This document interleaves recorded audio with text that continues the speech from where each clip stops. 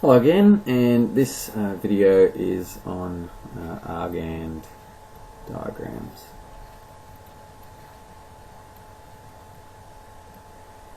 Excellent. Okay, so let's look at the number system. So far we've looked at the number system here. We've had 0 here, 1, 2, etc. And we've got our negative numbers, -1, -2, -3, etc. And you have your half in here, and you have 3/2 there, and you've got all your irrational numbers and everything like that, and that was all fine. And what happened then is that when complex numbers were introduced, and we had this concept of the square root of -1, that's -7. When we had the square root of -1, where does that fit on this number line? And mathematicians argued about this for a long time. And a mathematician came up with the idea is that, well, maybe complex numbers can be thought of two-dimensional numbers, and they're not just one-dimensional. They don't just lie along this line, and in fact they lie along, oops, not a very good line there, they lie in a plane. And so complex numbers are actually two-dimensional. And so what you've got here is the square root of -1, and then you've got 2 times the square root of -1, etc. -1 lots of the square root of -1, etc. And so you've got a two-dimensional plane. And this was named after the man who invented it, and it's called an Argand diagram. And when we can represent things on this Argand diagram. So where is 1 plus the square root of -1? Well, you look at the real part, which is 1. You look at the imaginary part, which is the square root of -1, and so that number there would live on that point there. So that's right there. And so this became the way of representing complex numbers on a diagram. So let me just clear that up and have a bit of a go. If I was good, then I would have some sort of straight line tool. I should do it on a little bit messy, but you'll get the idea. And so an Argand diagram has 2 axes, and one is the real axis and the other is the imaginary axis. And so let's just have a look at this. This should be quite simple once you get the idea. And so we've got 2 axes. What's this axis? We're going to call it the real part of Z. Okay, the real part of our imaginary number Z, and here is our imaginary part of Z. So we label those 2 axes like that. And then we'll have 1, 2, 3, 4, etc. -1, -2, -3, -4, 1, 2, 3. Okay, -1, -2, -3. So let's look at a few examples. Let's have Z1. Let's have 1 plus 2i. Let Z2 be -2 minus i. Z3 be √3 minus 2i. That'll be enough to give an example. Okay, so let's have a look. Where does Z1 live on this plane, this Argand diagram? Well, its real part is 1. Okay, so real part is 1. Its imaginary part is 2, and so that number lives here. And in fact, Z1 will be this point here on the Argand diagram. Excellent. It's as easy as that. Z2, what's the real part of Z2? It's -2, so it'll be on here. What's its imaginary part? Its imaginary part is -1. Okay, so we come down here, and that is our Z2. Z3, let's have a look at Z3. Well, its real part is √3, which is approximately 1.8, something like that, so it's around there type thing. And its imaginary part is -2, so this number will approximately be down here, so Z3 down there. Okay, so there's our 3 numbers there.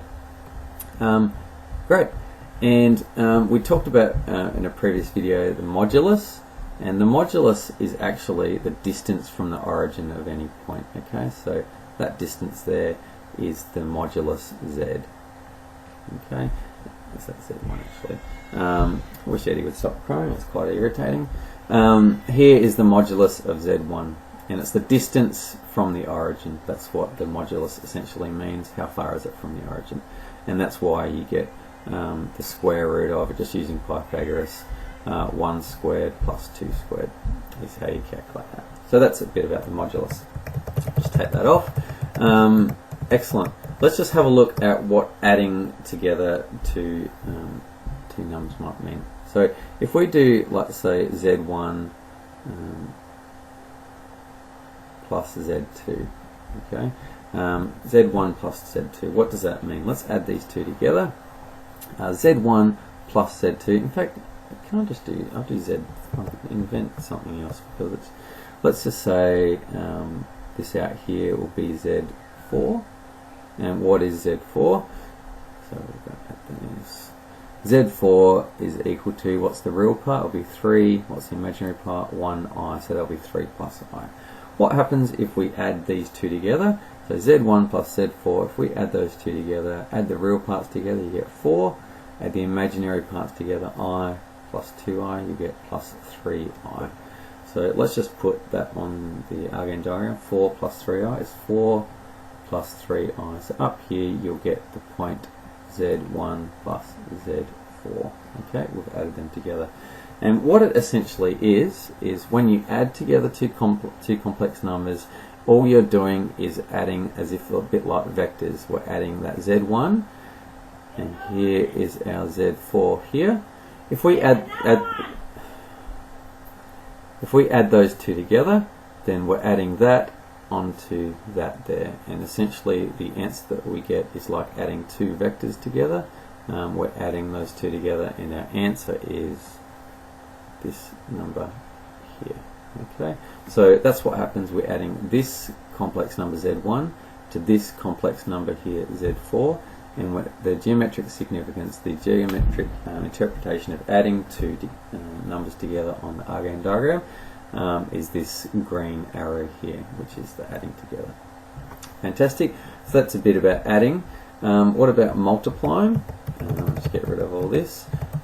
If we're multiplying a number by a number, so let's multiply Z1 by 2.